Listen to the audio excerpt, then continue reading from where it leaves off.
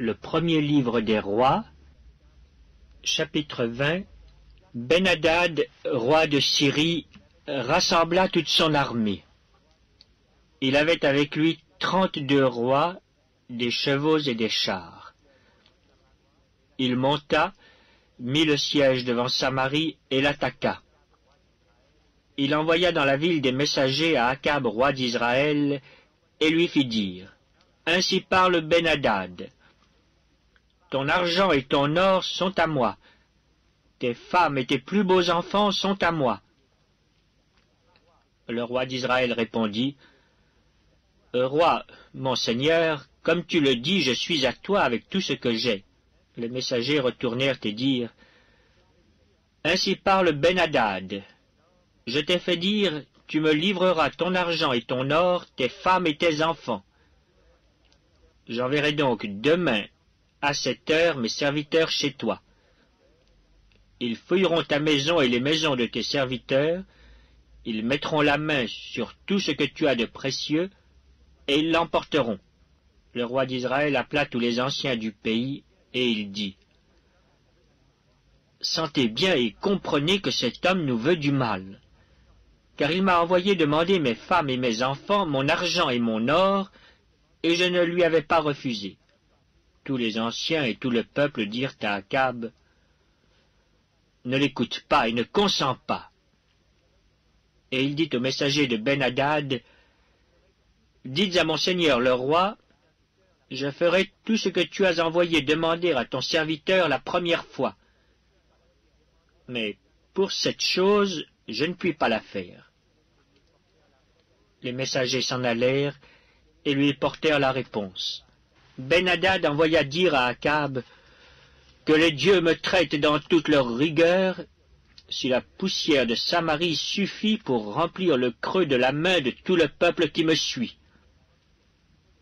Et le roi d'Israël répondit: Que celui qui revêt une armure ne se glorifie pas comme celui qui la dépose. Lorsque Ben-Hadad reçut cette réponse, il était à boire avec les rois sous les tentes, et il dit à ses serviteurs: Faites vos préparatifs. Et ils firent leurs préparatifs contre la ville. Mais voici, un prophète s'approcha d'Akab, roi d'Israël, et il dit: Ainsi parle l'Éternel.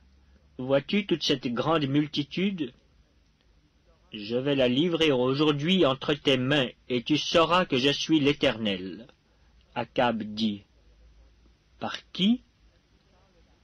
Et il répondit: Ainsi parle l'Éternel. Par les serviteurs des chefs des provinces. Akab dit: Qui engagera le combat? Et il répondit: Toi. Alors Akab passa en revue les serviteurs des chefs des provinces, et il s'en trouva 232. Et après eux, il passa en revue tout le peuple, tous les enfants d'Israël, et ils étaient 7000. Ils firent une sortie à midi.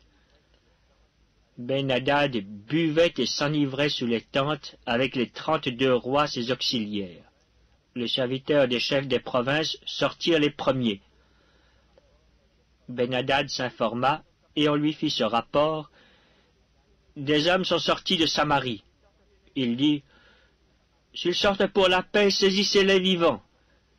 Et s'ils sortent pour le combat, saisissez-les vivants. Lorsque les serviteurs des chefs des provinces et l'armée qui les suivait furent sortis de la ville, chacun frappa son homme, et les Syriens prirent la fuite. Israël les poursuivit. Ben-Hadad, roi de Syrie, se sauva sur un cheval avec des cavaliers. Le roi d'Israël sortit, frappa les chevaux et les chars, et fit éprouver aux Syriens une grande défaite. Alors le prophète s'approcha du roi d'Israël et lui dit: Va, fortifie-toi, examine et vois ce que tu as à faire, car au retour de l'année, le roi de Syrie montera contre toi. Les serviteurs du roi de Syrie lui dirent: Leur Dieu est un Dieu de montagne, c'est pourquoi ils ont été plus forts que nous. Mais combattons-les dans la plaine, et l'on verra si nous ne serons pas plus forts qu'eux. Fais encore ceci.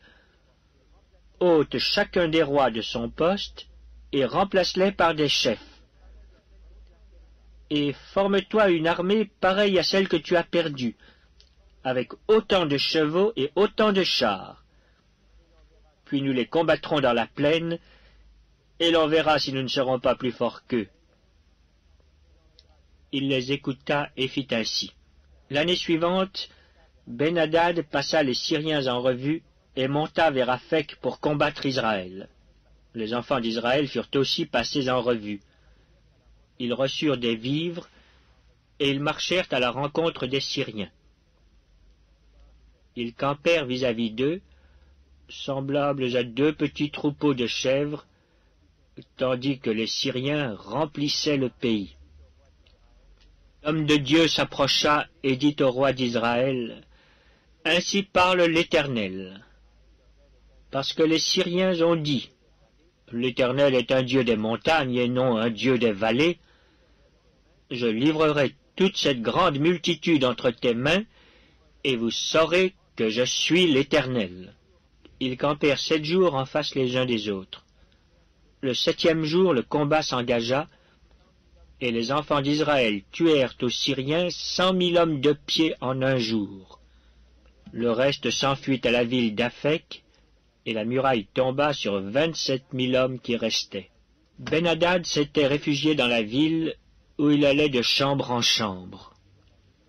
Ses serviteurs lui dirent, « Voici, nous avons appris que les rois de la maison d'Israël sont des rois miséricordieux.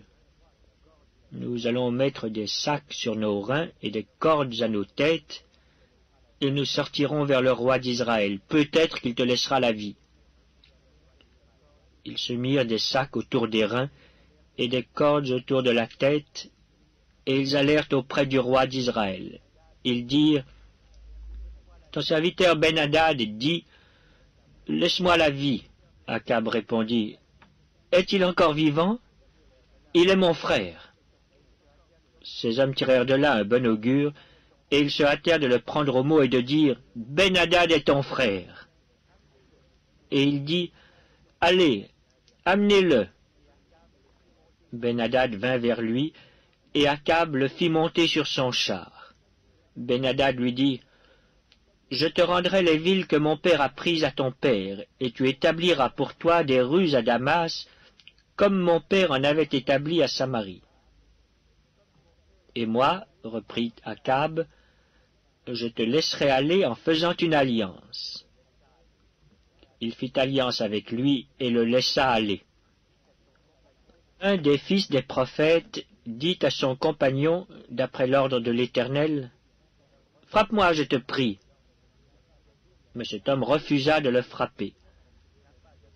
Alors il lui dit, « Parce que tu n'as pas obéi à la voix de l'Éternel, voici, quand tu m'auras quitté, le lion te frappera. » Et quand il l'eut quitté, le lion le rencontra et le frappa. Il trouva un autre homme, et il dit, « Frappe-moi, je te prie. » Cet homme le frappa et le blessa. Le prophète alla se placer sur le chemin du roi, et il se déguisa avec un bandeau sur les yeux.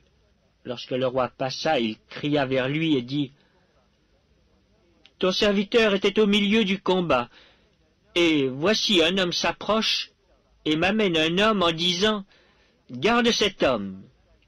S'il vient à manquer, ta vie répondra de sa vie, ou tu paieras un talent d'argent. » Et pendant que ton serviteur agissait çà et là, l'homme a disparu.